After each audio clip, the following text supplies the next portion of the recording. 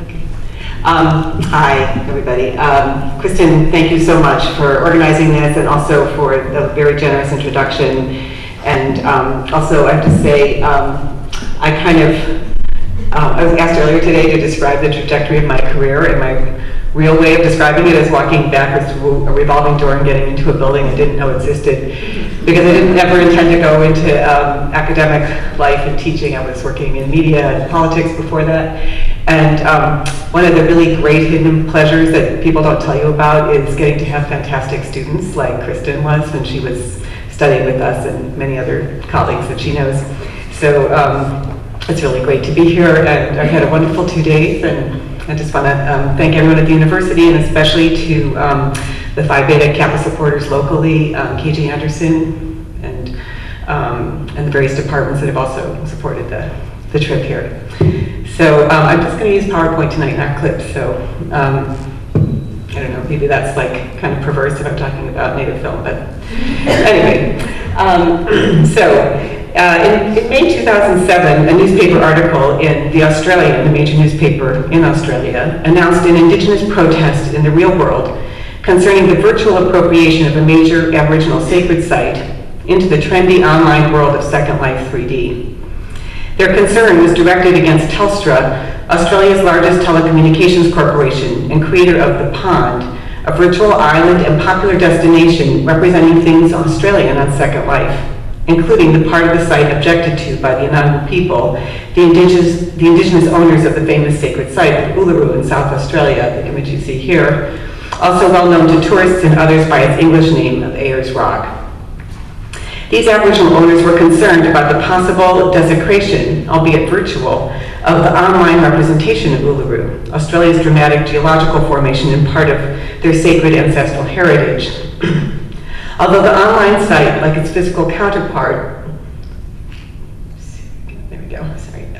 includes barriers to discourage people from walking or flying over virtual Uluru, representatives of the traditional owners warned that even with restrictions, it may be possible to view sacred sites around virtual Uluru. In the physical world, since 1987, non-Aboriginal visitors face strict prohibitions against photography or filming without consent of the Indigenous landowners for reasons related to traditional chukurpa or dreamtime beliefs, as these areas are the sites of gender-linked rituals and are forbidden ground for Anangu of the opposite sex of those participating in the rituals in question. The photographic ban is intended to prevent Anangu from inadvertently violating this taboo by encountering photographs of the forbidden sites in the outside world. Signs have been posted around the restricted areas to help visitors respect this request. Telstra's spokesman confirmed that the company had not sought the permission of Uluru's landowners to use images of the site for commercial purposes. The case is still outstanding at this current moment. Meanwhile, many Indigenous Australians living in remote areas wondered whether they will be served by the much publicized rollout of broadband services, a form of digital stratification that is too rarely discussed but ever present in many remote or underrepresented communities in the world. And here you see, this is a popular cartoon. The reporter is saying to the Indigenous folks sitting on the road, "Are you angry that Telstra put Uluru on its Second Life virtual reality site?" And the guy's responding, "What really bugs me is I can't get broadband." So just to kind of lay out a range of some of the issues that people have been thinking about recently and perhaps for longer. It's a story that seems profoundly contemporary in its concern with the virtual and the difficulties of containing cultural and intellectual property in a digital viral medium. Yet it is nonetheless emblematic of many of the epistemologically challenging issues that have been raised in the field of visual anthropology over the last 3 decades, if not longer, about the status and implications of Indigenous media. So tonight, this short history of debates in the field that I want to present,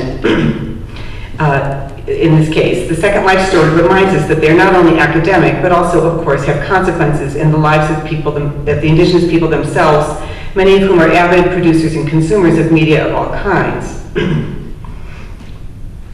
and have become increasingly aware of how dominant cultural protocols regarding media, valorizing free and open access and shaped by commodification, are at times very different from those in their own cultural worlds where certain forms of mediation are restricted in their circulation and are governed by other kinds of values. This kind of conundrum, exemplified in this opening example I've given you, shapes some of the central and enduring concerns in the field. They include questions of cultural difference that frame not only media representation and indigenous aesthetics, but also the very notion of what can or cannot be rendered visually accessible to those in or outside particular communities, a set of concerns that might fall under the rubric of image ethics. Secondly, they bring up ways in which radical alterity, that is profound cultural, cosmological, political, aesthetic difference from Western norms, and rights to represent indigenous realities are negotiated through contemporary media worlds, both on and off screen, like who gets to take the images, who gets to be in them, et cetera, et cetera. And then finally, the uptake of media practices is an extension of cultural and political activism in establishing the presence of indigenous lives within their own communities, in nation states, and on the world stage. These questions, which hover around concerns regarding who has the right to represent indigenous lives and landscapes in both old and new media forms, are not new. Indeed, they linger in the background of what is considered to be the foundational text in the field, Salworth and John Adair's classic study, Through Navajo Eyes, first published 38 years ago. That book inaugurated a paradigm shift in the field of visual anthropology, although one that took some time to be fully articulated. While Worth and Adair's book focused on whether novice Navajo filmmakers could make films that would make films that embody the radical alterity of other cultural perspectives when brought to a new medium, in this case films, that is, would their films be Navajo in some fundamental way, the book also perhaps unwittingly opened the eyes of many Anglophone readers at the time who had not yet imagined that the camera might be put in the hands of those who had historically been objects of the anthropological gaze and had not had access to such equipment. The unexpected elegance of this idea, that this technology might allow the native's point of view to be expanded without the mediation of either the ethnographer or anthropological language, and here's one of the filmmakers from that project, was exciting to some, but apparently threatening to others who continued to try to police the legitimacy of indigenous media throughout the 1990s, arguing that the technology of the camera was fundamentally Western, and in the end creating a kind of patronizing notion of the camera being a kind of polluting device. Excuse me. The logical of unintended consequence of Worth and Adair's interest in literally seeing other worldviews via film was to open people's minds as to who might have the right to represent other cultural worlds through a variety of media, including film, photography, and video, and now, of course, the internet.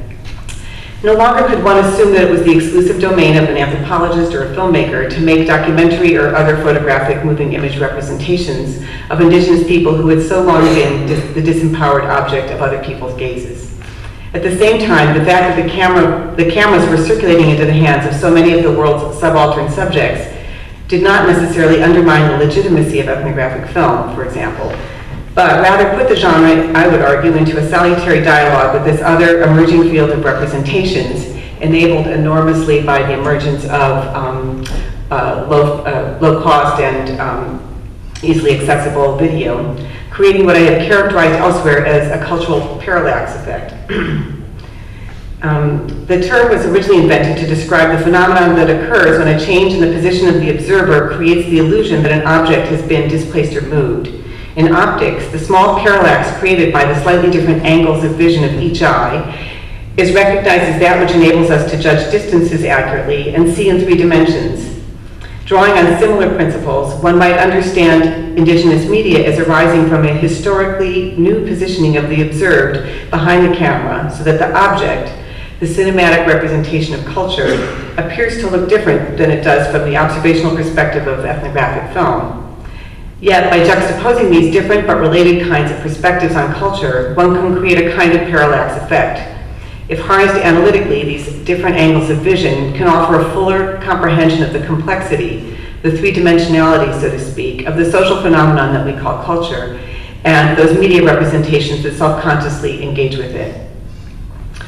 In other words, the parallax created by the different perspectives in these media practices is one that is particularly important now as anthropology struggles to position itself in relation to contemporary critiques, and as indigenous media becomes an ever more robust and important arena of cultural production.